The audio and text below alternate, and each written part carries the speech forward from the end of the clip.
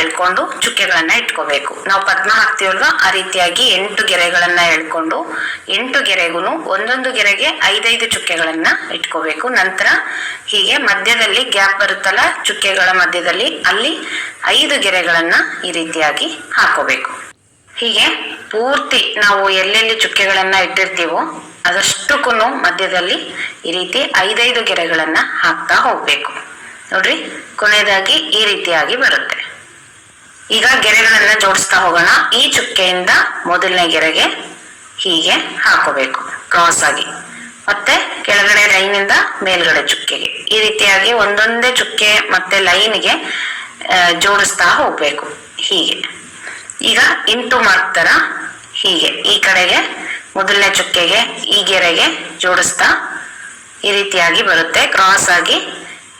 ಹೀಗೆ ಪ್ರತಿಯೊಂದಕ್ಕೂ ಹಾಕೋಬೇಕು. ನೋಡ್ರಿ, ಈ ರೀತಿಯಾಗಿ.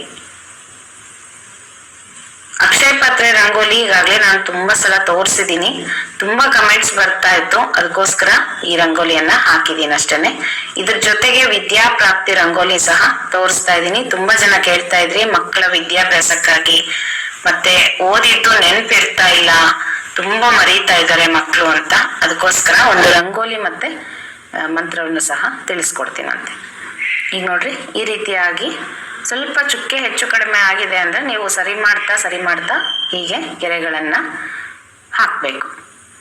ಈ ರೀತಿಯಾಗಿ ಸುತ್ತು ನಾವು ಗೆರೆಗಳನ್ನ ಹಾಕ್ತಾ ಹೋದ್ರೆ ನಿಮ್ಗೆ ಅಕ್ಷಯ ಪಾತ್ರೆ ರೆಡಿ ಆಗುತ್ತೆ. ಈ ರಂಗೋಲಿಯನ್ನ ನೀವು ಪ್ರತಿ ಶುಕ್ರವಾರ ಮಂಗಳವಾರ ಹಾಕೋಬಹುದು, ಮತ್ತೆ ಏನಾದ್ರೂ ವಿಶೇಷ ಹಬ್ಬದ ದಿನಗಳಲ್ಲಿ ಹಾಕೋಬಹುದು. ಪ್ರತಿನಿತ್ಯ ಹಾಕುವಂತಹ ಅಕ್ಷಯ ಪಾತ್ರೆಯನ್ನು ಸಹ ನಾನು ಕೊನೆಯದಾಗಿ ನಿಮ್ಗೆ ತೋರಿಸ್ಕೊಡ್ತೀನಿ. ಇದನ್ನ ನೀವು ಶುಕ್ರವಾರ ಮಂಗಳವಾರ ಹಾಕೊಂಡು ಅಕ್ಷಯ ಪಾತ್ರೆಯ ಹಾಡಿದೆ ಅದನ್ನ ಹೇಳ್ಕೋಬೇಕಾಗತ್ತೆ. ನಾನು ಅದನ್ನ ವಿಡಿಯೋ ಹಾಕಿದ್ದೀನಿ, ಅದರ ಲಿಂಕ್ ಅನ್ನ ಶೇರ್ ಮಾಡ್ತೀನಂತೆ ಡಿಸ್ಕ್ರಿಪ್ಷನ್ ಬಾಕ್ಸ್ ಅಲ್ಲಿ, ನೋಡ್ಕೊಳ್ರಿ. ಅಕ್ಷಯ ಪಾತ್ರೆಯ ಹಾಡು ಅದನ್ನ ಹೇಳ್ಕೋಬೇಕು ಈ ರಂಗೋಲಿಯನ್ನ ಹಾಕೊಂಡು. ನೋಡ್ರಿ, ಈ ರೀತಿಯಾಗಿ ಕಂಪ್ಲೀಟ್ ಆಗುತ್ತೆ. ಹೀಗೆ ಆದ್ಮೇಲೆ ಮಧ್ಯದಲ್ಲಿ ನಾವು ಗೆರೆಗಳನ್ನ ಎಳ್ದಿರ್ತೀವಲ್ವಾ, ಅಲ್ಲಿ ಅಷ್ಟದಳದ ಪದ್ಮವನ್ನ ಹಾಕ್ಬೇಕು.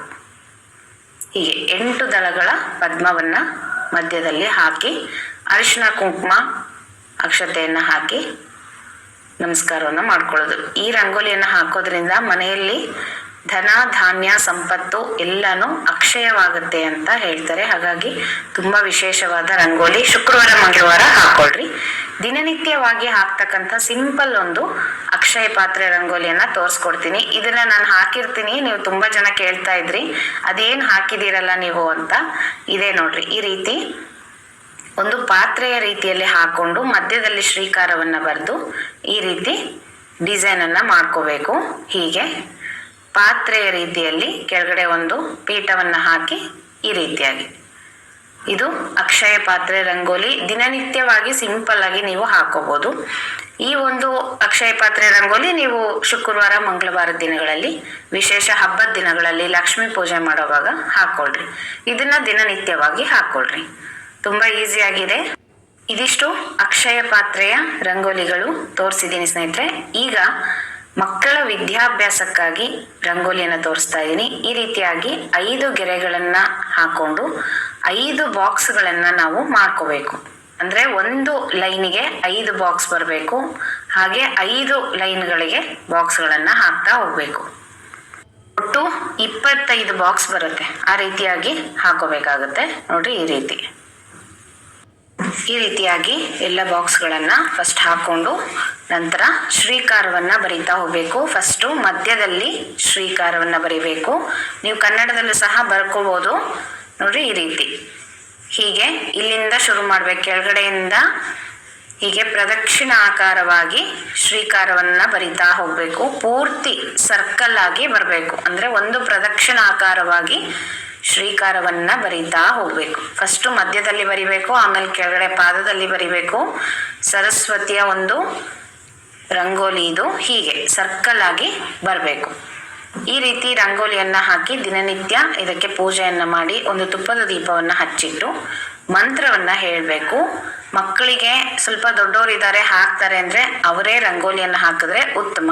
ಇಲ್ಲ ಸಣ್ಣ ಸಣ್ಣ ಮಕ್ಕಳಿದ್ದಾರೆ ಅಂದ್ರೆ ತಾಯಿ ಈ ರಂಗೋಲಿಯನ್ನ ಹಾಕ್ಬೋದು. ಮಂತ್ರವನ್ನ ಮಾತ್ರ ಮಕ್ಕಳಿಗೆ ಹೇಳ್ಕೊಡ್ರಿ. ಸ್ವಲ್ಪ ಮಕ್ಕಳು ಉಚ್ಚಾರಣೆ ಮಾಡ್ತಾ ಇರ್ತಾರಲ್ವಾ, ಸ್ಕೂಲ್ಗಳಿಗೆ ಹೋಗ್ತಾರೆ ಅಂದ್ರೆ ಪುಟ್ಟದಾಗಿ ನಾನೊಂದು ಮಂತ್ರವನ್ನ ಹೇಳ್ಕೊಡ್ತೀನಿ, ಅದನ್ನ ಹೇಳ್ಕೊಡ್ರಿ. ಅದನ್ನ ದಿನನಿತ್ಯವಾಗಿ 11 ಬಾರಿ ಹೇಳ್ಕೋಬೇಕು.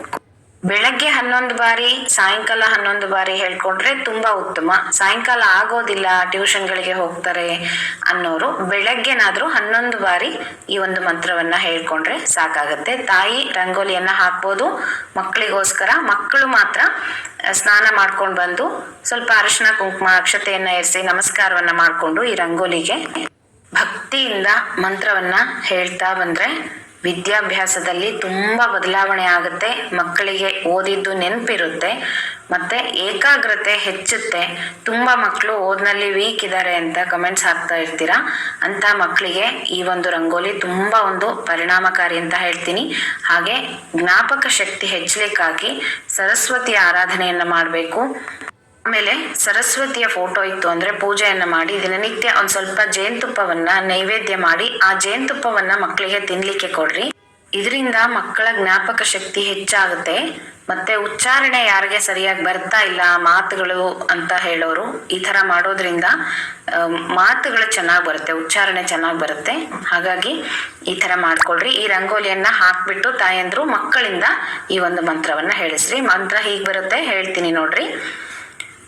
ಏಂ ಹ್ರೀಂ ಶ್ರೀಂ ವಾಗ್ದೇವ್ಯೈ ನಮಃ ವಿದ್ಯಾರೂಪೇ ವಿಶಾಲಾಕ್ಷಿ ವಿದ್ಯಾಂ ದೇಹಿ ನಮೋಸ್ತುತೆ ಅಂತ ಹೇಳ್ಕೋಬೇಕು. ಈ ಮಂತ್ರವನ್ನ 11 ಬಾರಿ ಬೆಳಗ್ಗೆ, 11 ಬಾರಿ ಸಾಯಂಕಾಲ ಸ್ಕೂಲಿಂದ ಬಂದ್ಮೇಲೆ ಕೈಕಾಲು ಮುಖ ತೊಳೆದು ಈ ತರ ರಂಗೋಲಿ ಹಾಕಿರ್ತೀರಲ್ವಾ ಅಲ್ಲಿ ಮುಂದೆ ಕೂತ್ಕೊಂಡು ಆ ಮಂತ್ರವನ್ನ ಮಕ್ಕಳು ಹೇಳ್ಬೇಕು. ಸಾಯಂಕಾಲ ಆಗೋದೇ ಇಲ್ಲ, ತುಂಬಾ ಲೇಟಾಗಿ ಬರ್ತಾರೆ ಮಕ್ಕಳು.